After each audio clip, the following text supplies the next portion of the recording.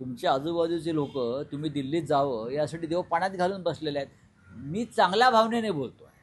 आमच्या सद्भावना आहेत, आमच्या त्यांच्याविषयी सद्भावना आहेत की महाराष्ट्रातल्या नेत्यानं राष्ट्राचं नेतृत्व करावं, हे आमच्या सद्भावना आहेत. पण जे तुमच्याबरोबर आहेत त्या त्यांच्या सद्भावना नाहीत. ते कधी एकदा दिल्लीत जात आहेत आणि कधी एकदा आम्ही बसतो आहे. असे बरेच लोक आहेत. जसे ते देवेंद्रजी प्रधानमंत्र्यांना भेटतात तसे काही लोक अमित शहाना भेटतात जाऊन सारखे.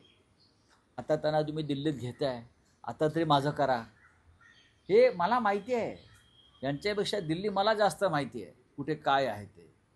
जसे राऊत साहेब, फडणवीसांचं एक विधान होतं जे अत्यंत प्रचलित आणि प्रसिद्ध झालं, ज्यात ते म्हणायचे की मी पुन्हा येईन. हो हो, सारखं म्हणायचे मी पुन्हा येईन आणि ते पुन्हा आले. नाही. आता ते म्हणतात की मी इथेच राहीन. इथेच राहीन म्हणजे तिथेच राहणार नाहीत. ते जेव्हा म्हटले मी पुन्हा येईन तेव्हा ते पुन्हा आले नाहीत, लक्षात घ्या. ते जेव्हा म्हणत होते मी पुन्हा येईन तेव्हा ते पुन्हा आले का? नाही, ते पुन्हा आले नाहीत. त्यांना पुन्हा येण्यासाठी शिवसेना फोडावी लागली, राज्यपालाला इकडल्या मॅनेज करावं लागलं, 50-50 कोटीला माणसं विकत घ्यावी लागली. हां, एकनाथ शिंदेना लालच द्यावी लागली मुख्यमंत्रीपदाची. मुख्यमंत्री म्हणून शिंदे आले, ते नाही आले. तेव्हा त्यांचं जे म्हणणं आहे मी असं म्हणालो आणि ते पुन्हा आले नाही. पण मग मी इथेच राहीन यासाठी त्यांना काय करावं लागेल? नाही, ते इथेच राहणं अवघड आहे. मी काय आम्ही त्यांच्या वाईटावर टपलो नाही, उलट ते आम्हाला इथे हवे आहेत. पण त्यांना राष्ट्र साथ घालते ना, राष्ट्र पुकारते, राष्ट्र की पुकार आहे. एक म्हटलं तर की 21 तारखेला केंद्रीय मंत्रिमंडळाचा विस्तार.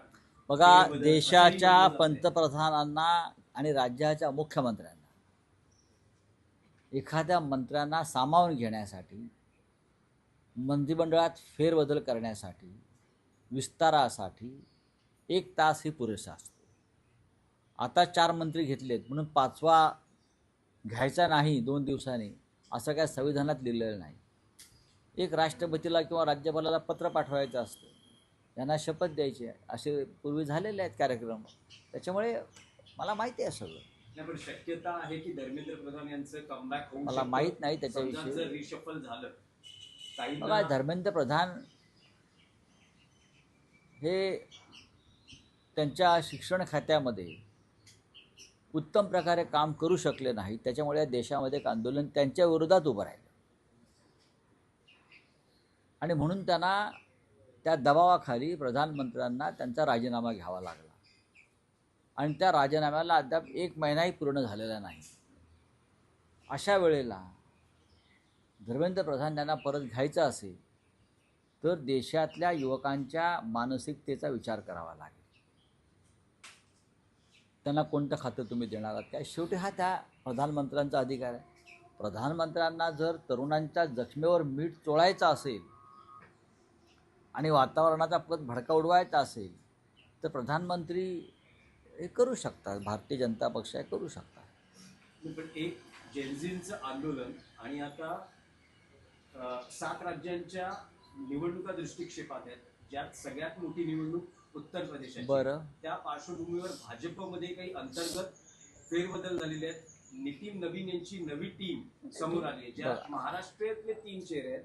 विनोद तावडेंना पुन्हा सरचिटणीस केलं गेलेलं आहे, भारती पवार उपाध्यक्ष आहेत, पियुष गोयल यांना खजिनदार केलेला जे मोजके संघटनेच्या दृष्टीनं शहाणे लोक मी त्या टीममध्ये बघतो आहे त्याच्यात विनोद तावडे आहेत, ज्यांनी संघटनेचं प्रदीर्घ काळ काम केलेलं आहे, अखिल भारतीय विद्यार्थी परिषदेपासून. असे इतर काही लोक असू शकतात, म्हणजे मला माहिती आहे संघटनेतले लोक आहेत. आता राष्ट्रीय अध्यक्ष जो असतो कोणत्याही पक्षाचा, तो त्यांची एक टीम नवीन बनवतो आणि त्यांच्याबरोबर काम करतो. जशी JP नड्डाजींची होती, त्याच्या आधी व्यंकय्या नायडूंची असेल. आपापल्या पद्धतीनं लोक काम करतात, त्याच्यावरती आपण मत व्यक्त करणं बरोबर नाही. आज आमचा युक्तिवाद संपेल. आज कपिल सिब्बल, त्यानंतर अर्धा पाऊण तास देवदत्त कामत, हे 2 वरिष्ठ आमचे जे वकील आहेत ते आज आमचा युक्तिवाद संपवतो. आणि त्यानंतर समोरचे जे लोक आहेत फुटीर गट ते वेळ घेईल आणि त्यांचं साधारण 4 ते 5 दिवस त्यांच्यासाठी सुप्रीम कोर्ट देईल आणि मग क्लोज फॉर ऑर्डर राहील निर्णयासाठी आणि साधारण 1.5 महिन्याच्या दरम्यान 1-1.5 महिन्यात तेवढा वेळ लागतो कारण हा खटला अत्यंत महत्त्वाचा आहे, ऐतिहासिक आहे, माइलस्टोन जजमेंट असेल तर त्यासाठी त्यांना 1-1.5 महिना लागेल असं वाटतंय मला. भारतीय जनता पार्टीप्रमाणे आता दिमागी नक्सल चांगली गोष्ट आहे. प्रधानमंत्री एक नवीन विषय जनतेला देत आहेत, राजकारण्यांना देत आहेत, चांगली गोष्ट आहे. सर, काल तुम्ही नाशिक दौरा केला, रस्त्यांच्या दुरावस्थेची पाहणी केली. उद्या मुख्यमंत्री देवेंद्र फडणवीस नाशिकचा दौरा करतायत. बरं, कुंभमेळ्यांच्या कामाच्या संदर्भातल्या काही तक्रारी किंवा आढावा आहे किंवा कदाचित नाशिकच्या रस्त्यांची दुरावस्था या संदर्भातली त्यांनी साधारण सरकारी तिजोरीतून 25 ते 30 कोटीचे धनादेश घेऊन जावेत.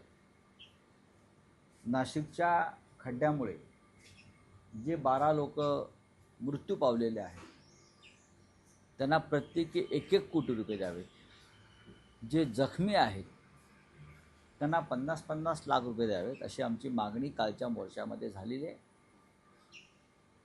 देवेंद्रजींना नाशिकमध्ये जायची इच्छा झाली, सुबुद्धी झाली, याबद्दल आम्ही प्रभू श्रीरामाचे आभार मानतो. त्यांनी खरोखर रस्ते बघावेत. मखमलाबाद रोडला जाऊन यावं, ताफा घेऊन जाऊ नये, 2च गाड्या घेऊन जावं, महापौरांना घेऊन जावं आणि आयुक्तांना घेऊन जावं, मखमलाबाद रोडला, त्र्यंबक रोडला जावं आणि या महाराष्ट्रामध्ये आपण काय विकास केला आहे हे स्वतःच्या ह्याच देही ह्याची डोळा पाहावं आणि चेक न्यायला विसरू नयेत. नुकसान भरपाईचे 12 लोकांनी नाशिकमध्ये, तुम्ही दत्तक घेतलेल्या नाशिकमध्ये फक्त खड्ड्यामध्ये जीव गमावलेले 12 आणि 50च्या पेक्षा जास्त लोक हे कायमचे जायबंदी झाले आहेत.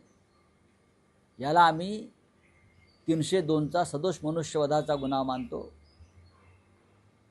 महापालिकेच्या महापौरांवरती आणि आयुक्तांवरती आणि कुंभमेळा आयुक्तांवरती हे गुन्हे दाखल होणं गरजेचं आहे. त्याशिवाय या महाराष्ट्राला शिस्त लागणार नाही. चला, कालच्या परिवहन विभागाच्या गणपतीतल्या कार्यक्रमामध्ये 2 गोष्टी झाल्या. एक तर वंदे मातरम चुकीचं लावलं गेलं, त्याच्यामुळे अनेकांनी त्यांना थांबवलं, मग ते बरोबर वंदे मातरम जे ते लावलंच नाही, बॉलिवूडचं वंदे मातरम लावलं गेलं. दुसरं एक गोष्ट आली ती म्हणजे पुन्हा एकदा शिवसेनेच्या कार्यक्रमामध्ये म्हणजे एकनाथ शिंदे यांच्या जो परिवहन विभागाचा कार्यक्रम होता त्यामध्ये एकही भाजपचा नेता नव्हता. याच्या आधी देखील डोंबिवलीतल्या कार्यक्रमात नव्हते, त्याच्या आधी असे ही सलग रांग लागलेली आहे शिवसेनेच्या मालिका आहे अपमानाची. ठाणे जिल्ह्यामध्ये नव्हे तर संपूर्ण महाराष्ट्रामध्ये भाजपा आणि ते मिंदे गटामध्ये ही फूट स्पष्ट दिसते. जिथे मिंदे गट आहे तिथे भाजपा नाही, जिथे भाजपा आहे तिथे मिंदे गट नाही. हे आता नवीन राहिलेलं नाही. ही दरी वाढत चाललेली आहे, त्याच्यामुळे ते दरे गावात जातात. हां, दरीमुळे. आणि वंदे मातरम चुकीचं लावलं त्याबद्दल त्यांचा गुन्हा दाखल व्हायला पाहिजे. राष्ट्रगानाचा अपमान करण्यासंदर्भात एक विधेयक अमित शहा यांनी संसदेमध्ये मंजूर करून घेतलं. यापुढे जो वंदे मातरमचा अपमान करेल त्याला 7 वर्षाची सजा होईल. अशा प्रकारचा कायदा कालच्या संसदेच्या अधिवेशनामध्ये सरकारने मंजूर केल्यावरती ही पहिली केस आहे. जरी पहिली केस असेल तर एक आदर्श कायद्याचं पालन करणारं सरकार म्हणून देवेंद्र फडणवीस यांनी आणि ठाण्याच्या पोलीस आयुक्तांनी वंदे मातरमचा जो काल अपमान झाला आपण म्हणताय त्या कार्यक्रमात, ताबडतोब त्या कायद्यानुसार गुन्हा दाखल व्हायला पाहिजे ना. मग कायदा कोणासाठी येतो? कशाला कायदा केलाय तुम्ही? एकनाथ शिंदे हे काँग्रेसमध्ये जाणार होते अशा प्रकारचं पृथ्वीराज चव्हाण यांनी सांगितलं गेलं. त्यानंतर काल दलवाई यांनी देखील त्याचा पुनरुच्चार केला. बघा, एकनाथ शिंदे यांनी बरीच चाचपणी केली वेगळ्या मार्गाने. जेव्हा महाराष्ट्रात काँग्रेस सत्तेवर होती तेव्हा अहमद पटेल यांच्या माध्यमातून ते दिल्लीमध्ये अशा बैठका घेत होते हे आमच्या कानावर आलं होतं. आता एकनाथ शिंदेची मानसिकता आपण नंतर पाहिजे मध्ये भाजपला गेले, त्यांना काय करून सत्तेत जायचं होतं. आणि पृथ्वीराज चव्हाण हे काँग्रेसच्या आणि सरकारमधल्या अंतस्थ वर्तुळातले असल्यामुळे त्यांच्याकडे जास्त माहिती होती आणि त्याच माध्यमातून ती माहिती आमच्याकडे येत होती. आणि तेव्हाही ते दिल्लीमध्ये रात्रीचाच त्यांचा प्रवास असायचा. ते कोणाच्या गाडीतून जात होते, काय होते, ही सगळी माहिती तेव्हाही आमच्याकडे होती. पण आता ते भारतीय जनता पक्षामध्ये गेले आहेत, अमित शहा त्या पक्षात गेलेले आहेत. कुंभमेळ्याच्या कामाचा आता बनावट वर्क ऑर्डर लेवल की माहिती त्याच्यावर काल बोललो मी. चला, थैंक यू, बोलिए. बीजेपी की नई टीम तैयार हो गई, इसका क्या कहना है? स्मृति ने कमबैक देखिए, बात ऐसे किसका कमबैक होता है, किसको बाहर निकाला जाता है, ये उस पार्टी का एक अंदरूनी मामला होता है, संगठन का. उस बारे में किसी और पार्टी के लोगों ने बात करना ठीक नहीं. भारतीय जनता पार्टी के अध्यक्ष हैं नितिन नवीन जी. नवीन का मतलब मराठी में होता है न्यू.